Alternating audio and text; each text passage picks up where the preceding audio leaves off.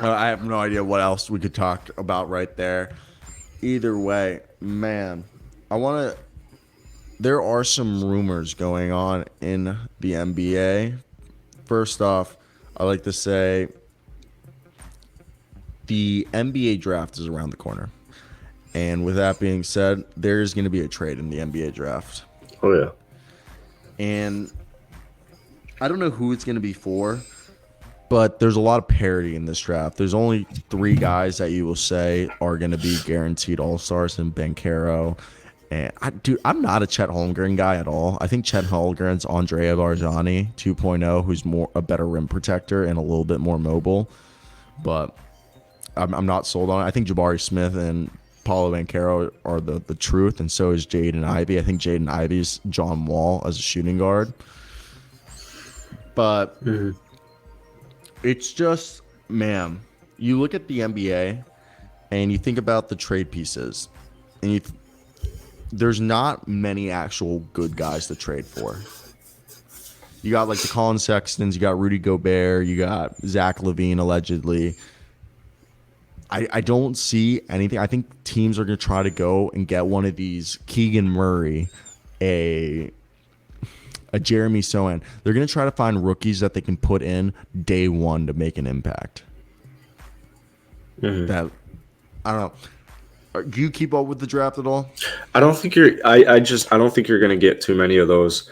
I think my draft projection is, I think it's going to go Jabari, Paolo, Chet, Jaden. Dude, thank you. I made like 3 like mock drafts saying Chet was gonna go 3rd, and everyone's like, no, he's not, because Sam Presti's obsessed with length. But I'm just like, I think all the GMs are gonna be like, Chet Holmgren's never gonna be able to bang low against Joel Embiid or Nikola Jokic or a Jonas Valanciunas or Steven Adams. Yeah, I don't. I think people will start to realize how, especially talented, Paolo can be. He was amazing during the tournament. The best NBA prospect in the tournament was Paulo Banchero. Yeah, he's really good. So I don't know where, as a Rockets guy with having the 3rd pick, I'm good with either. I'm not as anti-Chet as you. But I'd rather have Chet at 3 than 2.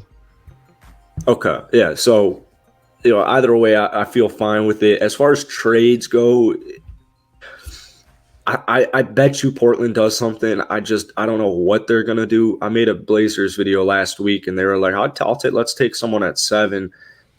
I think it might be a little bit risky. The Blazers are in such an unideal spot as it is. With Dame being 32. I think Sacramento doesn't trade it. I think that they'll take that pick. I think there's enough talent at 4. Even if they don't go Jaden and they go Sharp or even Keegan. I think I'm huge on Dyson Daniels. I'm very I don't know as far as trades what we're gonna see. I really don't. There are guys I'm big on around 10 that I'm not like. I'm not as big on AJ Griffin. I'm not as big on Jeremy Sochan. I don't know if I would. Jeremy Sohan. I don't know. But also, I'm not a draft. I'm not as big as a draft guy as Cyro. So, I'm definitely not. What's that? Oh no, I'm thinking of Mel Kiper from the NFL. But I think it'll be interesting. I'm hoping we get some trade ups.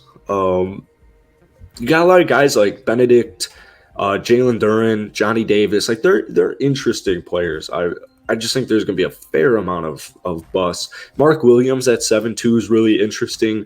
I'm trying to think of that guy who Swaggy made a video on yesterday. He got I think Kai Soto.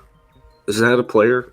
Is Kai Soto a player? Kai Soto from the NBL. He's from. I just made a video that has like over 10,000 views regarding. Okay, yeah. So I'm making a Kai Soto video after this video immediately, but I'd almost rather if I have picked 14, I'd taken a gamble on this guy. He's got 50,000 views, Kai Soto. So yeah. Oh, here's your mock.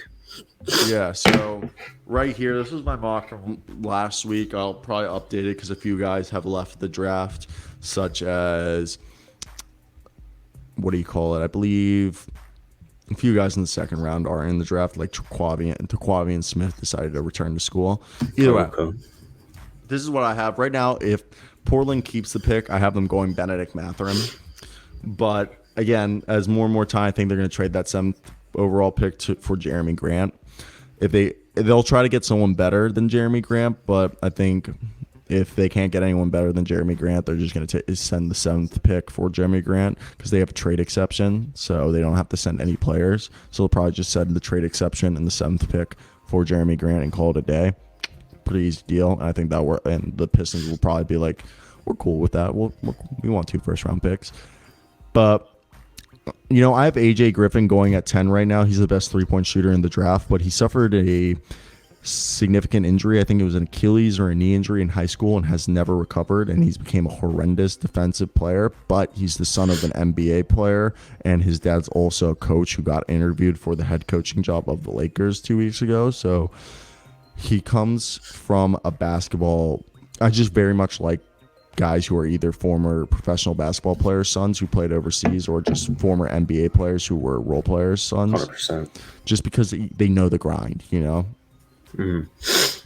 I think the biggest surprise people will be shocked by is Jalen Williams, the guy who shocked people in the combine out of Santa Clara, and it's because Jalen Williams is 6'6" with a 7'2" wingspan.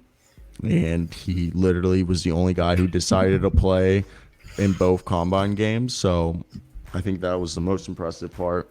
And I thought that was so much fun. So, yeah,